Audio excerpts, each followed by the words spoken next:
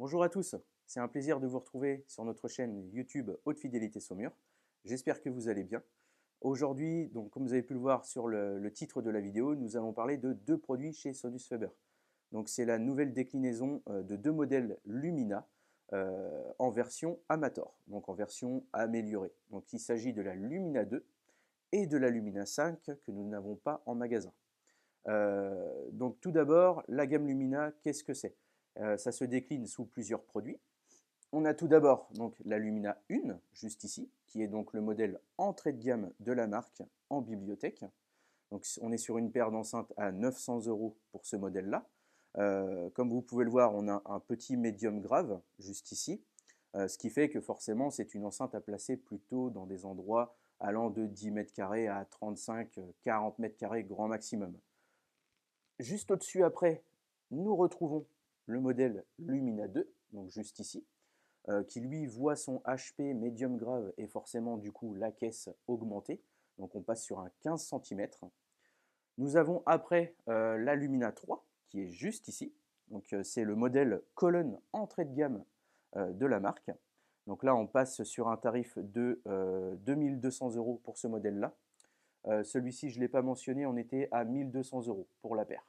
Donc 300 € de plus que la Lumina 1. Sur ce modèle-là, on retrouve les principales caractéristiques de la Lumina 2. Jusque-là, forcément, nous allons retrouver donc un HP médium ici et 2 HP de grave ici. Ensuite, il va y avoir donc la Lumina 5, du coup, qui va être un autre modèle colonne avec la taille au niveau des HP qui va être augmentée. Donc c'est une enceinte qui fera plus de grave encore que la Lumina 3 ici présente. Pour terminer, on a également une enceinte centrale, donc l'enceinte centrale entrée de gamme chez Sonus. Parce que oui, avec tous ces modèles-là, vous pouvez faire donc soit des écoutes hi-fi ou soit des écoutes home cinéma. Donc voilà pour déjà la petite présentation de la gamme Lumina. Donc maintenant, ce qui nous intéresse, c'est de connaître les évolutions donc, des deux modèles Amator. Donc Amator pour, je le rappelle, la Lumina 2 juste ici. Donc c'est une version entre guillemets améliorée de cette enceinte-là. Et après, on retrouve le même cas sur l'enceinte colonne Lumina 5, où on va avoir la version normale aussi et la version entre guillemets améliorée. Tout d'abord, donc pour ce qui est des matériaux et des HP, on est sur la même chose. Hein, donc tweeter de 29 mm pour les deux, un HP médium grave de 15 cm pour les deux. Donc là, il n'y a pas eu d'amélioration et de changement au niveau des HP. Au niveau de la caisse également, on va retrouver quand même donc un petit, hop, je vais vous le montrer juste ici au-dessus, une petite plaque type silver avec écrit Amator dessus. Et forcément, en termes de finition à l'avant, on va toujours retrouver donc la finition plaquée bois véritable. C'est juste que la finition va être légèrement différente. On va avoir du wenge, du noyer, du noir ici, en version mat comme ici. Et on va avoir après ici, vous voyez, une belle brillance. Je vais bouger l'enceinte un petit peu de gauche à droite, que l'on va retrouver après donc, sur le modèle rouge ici, ainsi que sur les autres modèles. Donc il y aura du wenge également et du noyer. En termes de tarifs, il y a 300 € de différence entre les deux.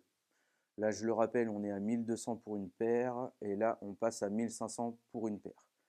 Donc voilà, niveau HP, on a fait le tour. Niveau design, pareil, on a vu que forcément le coloris rouge était arrivé avec une version brillance pour tous les autres coloris, la petite plaque dessus.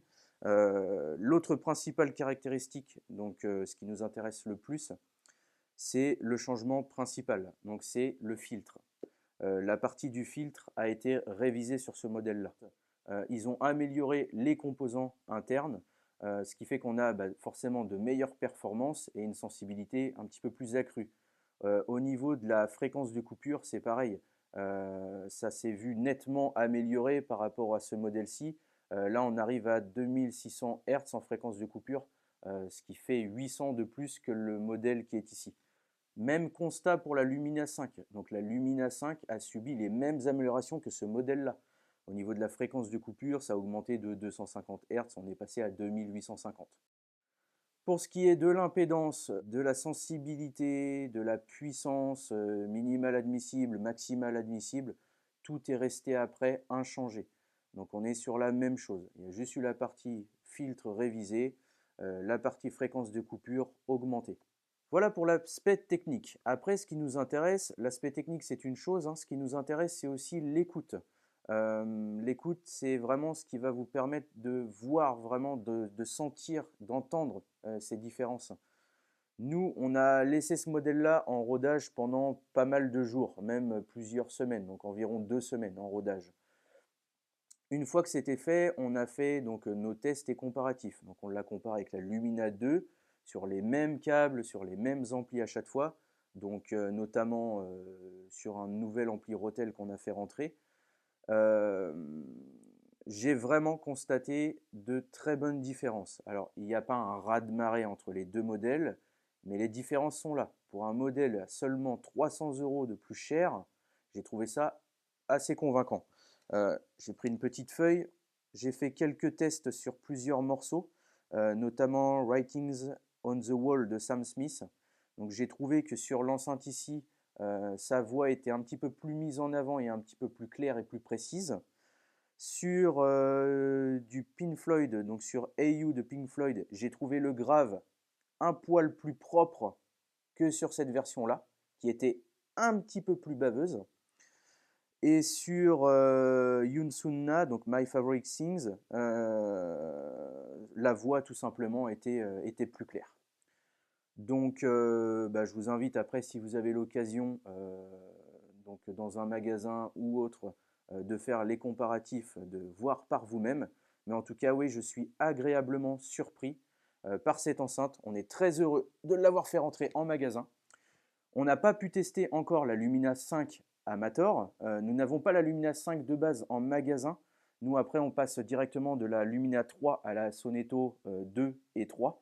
En fait, sur la Lumina 5, là, comme je l'ai dit tout à l'heure, il y a juste du grave supplémentaire par rapport au modèle 3. Donc, on n'a pas testé l'autre modèle, mais j'en conclus que ce sera à peu près la même chose qui se passe avec la Lumina 2 et Lumina 2 Amator. Donc, voilà. Très content d'avoir fait rentrer ça. Très belles enceintes. Maintenant, nous, on va se rebrancher ça. On va refaire encore des petites écoutes. On va vous filmer tout ça. On va vous faire quelques petits inserts. Et puis, je vous dis à bientôt et j'espère que cette vidéo vous aura plu. À la fois prochaine. Allez, salut! Petite note supplémentaire, bien sûr, vous avez les petits caches donc qui sont magnétiques sur les enceintes. Donc voilà ce que ça donne quand on le met dessus. Tac!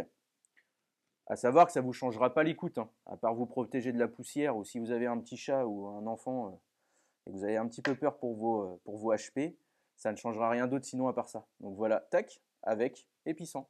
Donc pareil sur tous les modèles.